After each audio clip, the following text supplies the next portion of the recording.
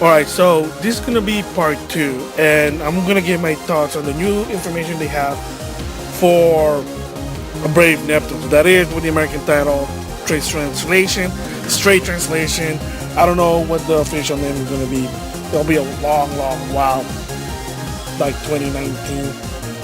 So basically, again, it is 2D, 3D, kind of like in the style of VanillaWare games, the Odin Spear, Dragon's Crown, Murasame. That game is fun. And that style, which is illustration 3D art on making it 2D, but there's really 3D. But it's beautiful. It's a beautiful graphic. So they're going to that approach, a Metroidvania style, side-scrolling 2D action RPG. So I'm guessing it's going to be like a hack and slash style rather than, well, yeah, it kind of makes more sense. Metroidvania. So anyway, the new information that basically happened was the premise of the story. So of course, a lot of the cop-out that you notice in a lot of Neptunian games, minus the main game, a lot of the spin-off is that they always say they're in a different dimension, so somehow, like, they don't recognize each other. Thus, basically kind of cop-out saying, hey, if we reach out, hey wait, I thought they knew this person, that person, how come you don't know each other, etc., etc. Because it may be a spin-off, but the cop-out is they're in a different dimension, different situation, different story. It's sort of this one also here. So basically, it's the premise is it's another version, another dimension of game industry. So that's what the name of the Neptunian world is. There are other ones, but this one's called, of course, game industry. The most common name if you play Neptunian game. But in this dimension or version or universe, whatever you name it, let's just say dimension. There's a reason why that dimension name is always there.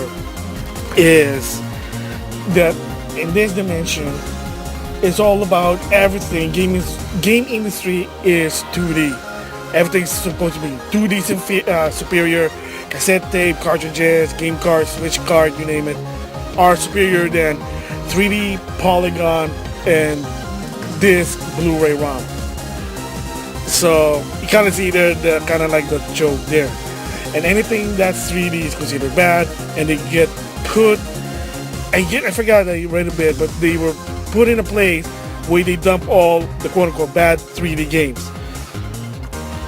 And of course, unfortunately, if you know about the Neptunian game, those are 3D games. So when they basically found out, there's 3D game equals already bad, they were basically all the 4 goddess are already dumped in this, the trash, or where you trash all the 3D games. And somehow they had amnesia. So already there, you kind of see what's happening. One is it has its own dimension. 2, apparently game industry in that version 2D superior. So when the 4 goddesses there, because there was 3D, they were thrown in the trash, or the 3D trash, the 3D game, bad game trash, you name it. And they lost their memory. Again, to start over, like they basically, who are you? You're teaming up. And of course they said then there's this one girl and picked up a cypress stick. Okay, it's a little bit different, cypress stick, and whacked enemy with it, and then suddenly she felt like, I think I'm destined to be the protagonist of this game. So of course, if you're a long-time Neptunian fan, it's Neptune. For people who don't know what I'm talking about, is that she is the main character of most of the game. I said most, there have been spin-off, except for Mark II, which is Nepgear's the main character. But then of course the Victor, which is the 3rd game, went back to Neptune, and of course Nepgear was like complaining. But there have been spin-off that basically she wasn't the main character. Hyper Devotion Noir, well of course it was Noir, that's Station's goddess. Mag, this one I can't say the name. Mega Mantension Neptunia versus Zombie. The main character there is Blanche, and then Super Dimension Neptunia versus Sega Hard Girl.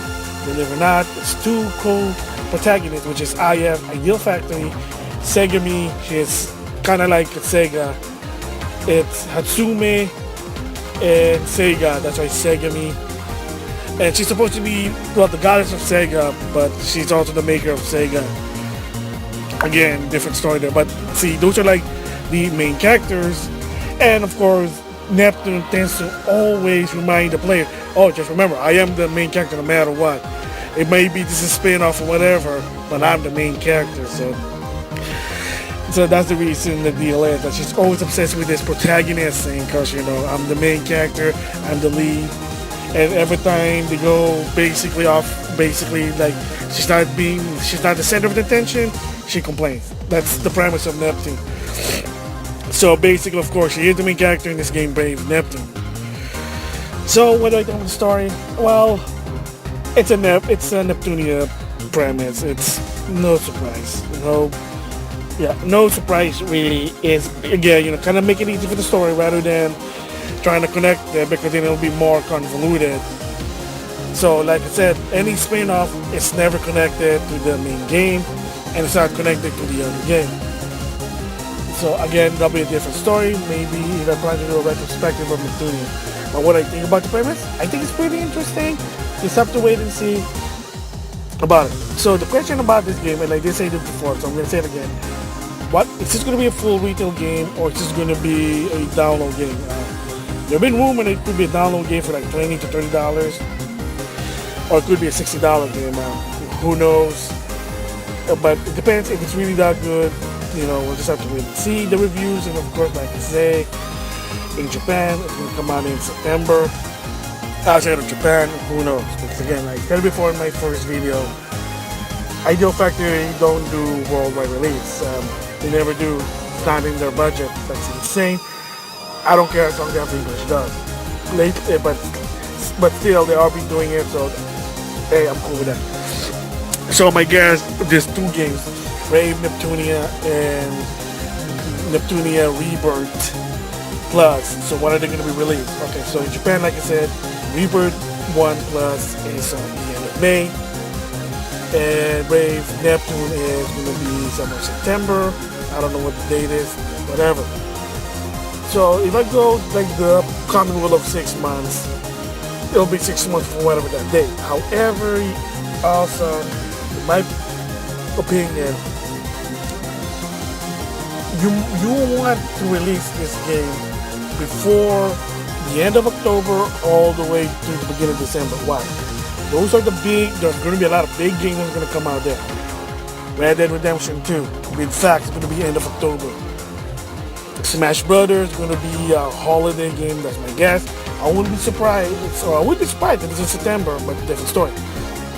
The rumor Pokemon games, someone said it was November, maybe. Kingdom Hearts 3, another most anticipated game. So, just Rebirth alone, you want to release that, if you're trying to release in those months, or at least that's, even trying to release in November, yeah, I mean, somebody who can probably just afford one game, they'll probably end up getting the better game. Just saying there. So if Ideal Factory is trying to localize Rebirth Plus 1, that's probably going to be somewhere in October, but before the last week of October, before Red Dead Redemption 2. That's all I'm just going to say, because Red Dead Redemption 2 looks cool, I might get it. As for Brave Neptune, since it's going to be September, no dud there. If you do even a 6 months, it's going to be 2019. So it's probably going to be a 2019 in outside of Japan. Maybe February, maybe March, spring. So that wouldn't be a problem. But for Rebirth Plus 1, I'm not getting it. Again, you gotta plan it.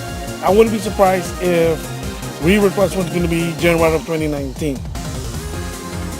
Maybe February, because January usually are mostly the month that people pay off their Christmas stuff. and also somewhere in February to some extent. But doesn't, yeah, can't really see it's a different story because it is what it is. Yeah, so anyway, that's my thoughts on new info about Brave Neptune, about when this is going to be released, my hypothesis, who knows, and the future of Neptune games, I guess, So far, it's pretty good. Finally, another new game. I really don't know if this is 1000% better than the previous one, because, so far, I'm still waiting for that fifth installment or the fifth chapter of the main series. Right now, remember, Brave Neptune is just a spin-off. It's not the main game, so there's no connection with the other games. We'll just have to wait and see. So, with that, thanks for listening.